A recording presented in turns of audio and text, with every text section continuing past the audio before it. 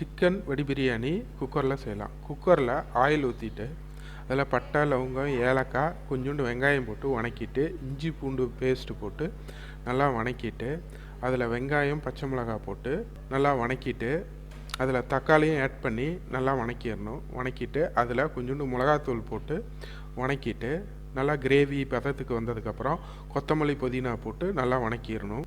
வணக்கிட்டு தயிர் கொஞ்சம் போட்டு நல்லா வணக்கிட்டு, உப்பு கொஞ்சம் போட்டு வணக்கிடணும்.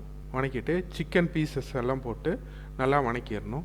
அது நல்லா கொஞ்சம் வணங்கி ஆயில் வந்ததுக்கப்புறம் 1க்கு 1 தண்ணி அளவு, அது சுடு தண்ணி ஊற்றிடணும். ஊற்றிட்டு லெமன் கொஞ்சம் ஊற்றிடணும். ஊற்றிட்டு அதை மூடி வச்சுட்டு இன்னொரு குக்கரில் தண்ணியில் பட்டை, லவங்கம், ஏலக்காய், கொத்தமல்லி, புதினா, உப்பு கொஞ்சம் போட்டு நல்லா அது கொதிச்சதுக்கப்புறம் ரைஸ் போட்டு அதுக்கப்புறம் பார்த்தீங்கன்னா பாஸ்மதியாக இருந்தால் நல்லா நீண்டிருக்கணும். நீண்டதுக்கப்புறம் அதை வடிச்சிட்டு நாம் ரெடி பண்ணி வச்ச அந்த கிரேவியில் வடித்த சாதத்தை போட்டு மிக்ஸ் பண்ணோமா நம்மளுக்கு தண்ணி லைட்டாக மேலே இருக்கணும். அப்போ மேலே தம் போட்டு இப்போ ஹை ஃப்ளேமில் 2 நிமிஷமும் லோ ஃப்ளேமில் 10 நிமிஷமும் வச்சு இறக்கணுமா சிக்கன் வடி பிரியாணி ரெடி.